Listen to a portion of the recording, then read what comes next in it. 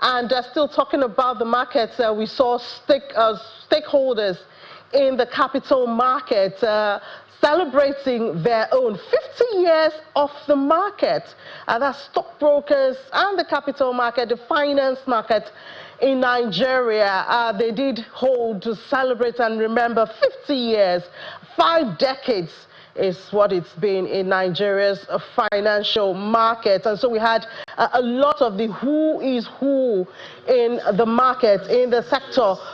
They came together to put into remembrance the CSCS, the SEC, and all of those regulators had representatives to remember 5 decades of Nigeria's financial market, the capital market, and of course, as we've seen, following the numbers, it's green, the sentiment is positive, and that is supposed to be sustained. And what are those pillars that will sustain this positive sentiment that we're seeing in the market? Those were part of the conversations that were held right there at this meeting, celebrating and assessing Nigeria's financial market, while also celebrating 5 decades of existence. And in the next 5 decades, what would the numbers be like? Stakeholders are very positive about it.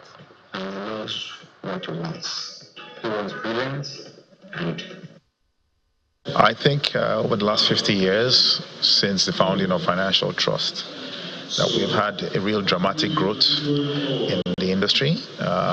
SEC gets created in 1979, and of course SEC is the regulator. So once the regulator decides to expand the space, you have the growth.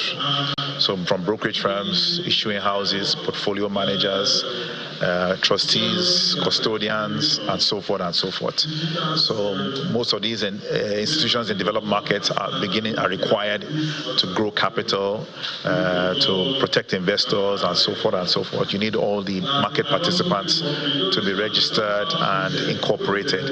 And I think the regulators have done that over the years, from the self-regulatory organizations like NGX, NASD, FMDQ, LCFE, all as SROs in their own rights, and then the federal regulators, CBN, SEC, NIA, and so forth and so forth.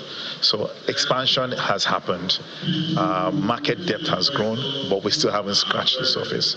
Many of Nigerians are still unbanked. Many of Nigerians don't get involved in financial instruments or different asset classes.